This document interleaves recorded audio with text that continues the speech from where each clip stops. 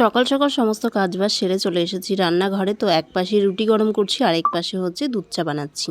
তো মামি আছে বলেই চা খাওয়ার ইচ্ছাটা একটু জাগলো, তাছাড়া এমনিতে চা খাই না। তারপর চাটা খেয়ে এদিকে হচ্ছে রান্না বসিয়ে দিলাম। তো বড় একটা হাঁড়ি বসিয়েছি, আর এদিকে হচ্ছে টকের ডাল বসিয়েছি।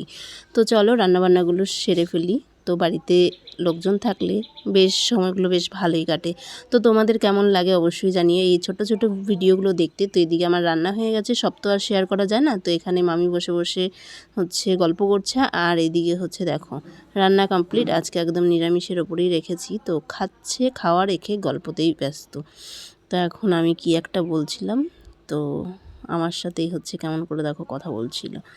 তো সবাই দেখতে দেখা যায় ওপর দিয়ে ভীষণ ভালো, কিন্তু সবারই মধ্যে একটা রাগ বলে জিনিস কাজ করে। আবার রাগিয়েটা গিয়ে আবার হাসিও হাসছে।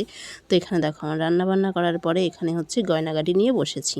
তো এই কাকিমার কাছ থেকে আমরা সমস্ত কিছু রাখি, মানে যা যা আর কি লাগে, তো সেগুলোই হচ্ছে রাখি। তো এখানে দেখো দেখাচ্ছে গলার হার আর অনেক কিছু, লিপস্টিক, নেল পলিশ, তো এই সমস্ত কিছু। তো এখান থেকে একটা গলার হার নিলাম আর হচ্ছে লিপস্টিক নিয়েছি। তো এটা দেখাচ্ছি কেমন লাগছে অবশ্যই তোমরা জানিও। তো খুব ভালো ভালো জিনিস আনে, আমার তো বেশ ভালোই লাগে। তো এখানে দেখাচ্ছি টার্সেলগুলো, তো তোমাদের কেমন লাগছে অবশ্যই জানিও। তো এখানে মামিও রাখছে, আমিও রাখছি, যাও রাখছে, তিনজনে মিলে। তো এক জায়গায় থাকলে জানোই তো মেয়েদের আর জিনিসের শখের কোনো শেষ নেই। তারপরে এই যে এখন হচ্ছে আমরা সবাই মিলে রান্নাবান্না সেরে গল্প নিয়ে বসেছি, জামা কাপড়ে কাজও হচ্ছে আর গল্পতে গল্পও হচ্ছে। এখন সবাইকে খেতে দেবো, তার আগে তোমাদের সাথে শেয়ার করে ফেলি কী কী রান্না করেছি। টকের ডাল, আলু ভাজা, আর হচ্ছে কুমড়োর শাক, আর করেছি নিরামিষ একটা তরকারি। কারণ দুদিন ধরে পরপর এত রিচ খাওয়া হচ্ছে, তাই ভাবলাম আজকে নিরামিষই করি।